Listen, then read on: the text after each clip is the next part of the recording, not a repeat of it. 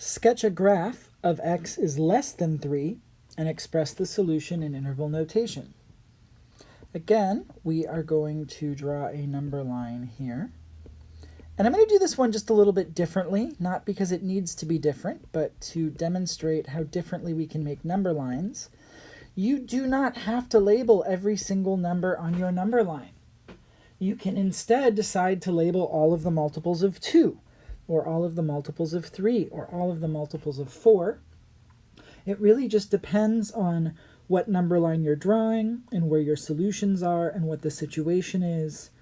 You basically want to make something that is nicely readable by other people. And so sometimes I prefer to just label all of the multiples of 2 so that it gets a little bit less crowded. Anyways, let's actually go on to this problem. We are looking at x is less than 3. And so when we're looking at x is less than 3, we're looking for numbers that are less than 3. We know that 2 is less than 3, 1 is less than 3, 0 is less than 3, 2.5 is less than 3, even 2.9 is less than 3. And so if we want to know where all of the solutions fall on the number line for x is less than 3, they all fall to the left of 3. Every number that's to the left of 3 is less than 3, and so we're going to shade everything to the left of 3. And because we don't just stop wherever we are here, as we go to the left, they are still less than 3. We shade in the arrow as well to say that these solutions keep going on forever. Now, in this problem, is 3 itself a solution? 3 is less than 3. Is that true? It's not true. 3 is not less than 3. 3 is equal to 3.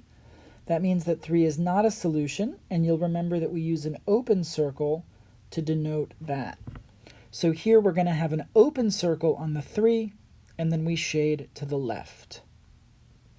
In general, whenever we have x is less than or equal to a number, we are shading to the left.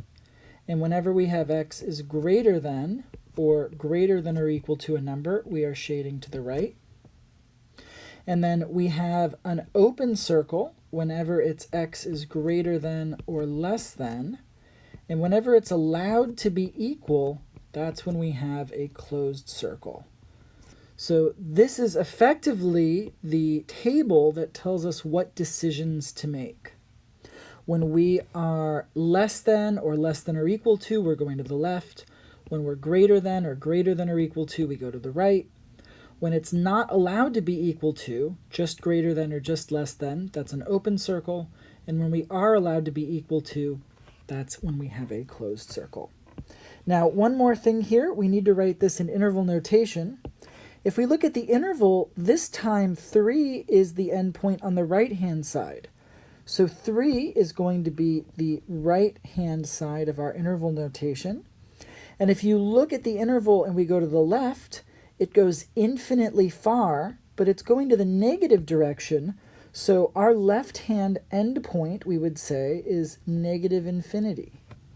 We keep shading as we move to the left forever and ever and ever, all the way towards negative infinity. Now here we know that whenever we have an infinity, we use a parenthesis in interval notation. And with 3, because 3 is not a solution, we use a parenthesis there as well. And so in interval notation, our solution is negative infinity, comma, 3, with parentheses on each.